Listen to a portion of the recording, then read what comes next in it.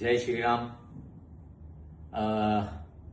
जालनाच्या सर्व मतदार बंधूंना माझी एक कळकळीची विनंती अशी आहे की मागे काँग्रेस पार्टीद्वारा दिवाळी स्नेहमिलन जे आयोजित केले गेले आहे आणि ते कुठे केले गेले, गुरु गणेश भवन म्हणजे अहिंसो परमो धर्मला मानणारे जैन समाजाचं जे व्यासपीठ जे एरिया आहे तिथं कल्याण काळेने म्हणजे विद्यमान खासदाराने एक जुना प्रकरण म्हणजे जे प्रकरण आम्ही गो हत्याचा प्रकरण होता, गणपतीच्या वेळी ते गो हत्याचा एक व्हिडिओ व्हायरल झाला आणि त्या सर्व जालना शहराचे जेवढे सुजाण नागरिक आहेत त्यांनी सर्व जातीचे लोकांनी त्याचा निषेध नोंदवला आणि तोपर्यंत अटक होत नाही तोपर्यंत गणपतीचं विसर्जन करणार नाही असा ठरला होता.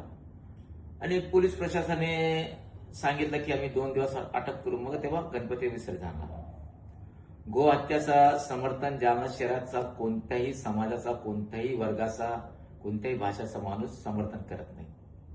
पण हा खासदार कल्याण काळेला कसा काय सुचला माहित नाही आणि सांगितलं की हा व्हिडिओ 2023चा होता. पहिला प्रश्न मला त्या कल्याण काळेला हे विचारायचं आहे की तो बाबा 2023 मध्ये तू म्हणतो तो कोणत्या बेसवर म्हणतो आणि कशाला म्हणतो?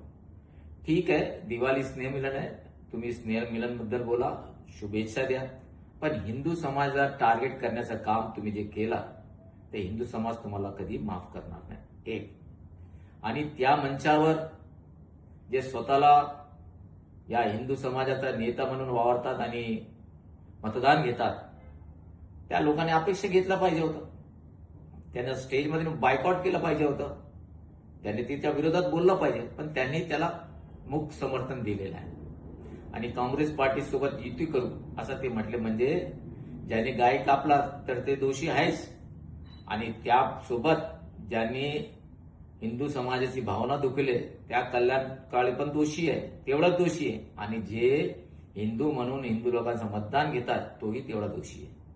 माझी सर्वांना विनंती आहे, जे लोक या कल्याण काळेपासून स्टेजवर जेवढे लोक आहेत त्यांच्या विरोधात मी निषेध व्यक्त करतोय. जालन्याच्या सुजाण नागरिकाला सांगतो की यांच्या विरोधात आवाज उठवा, आम्ही तुमच्या सोबत आहे.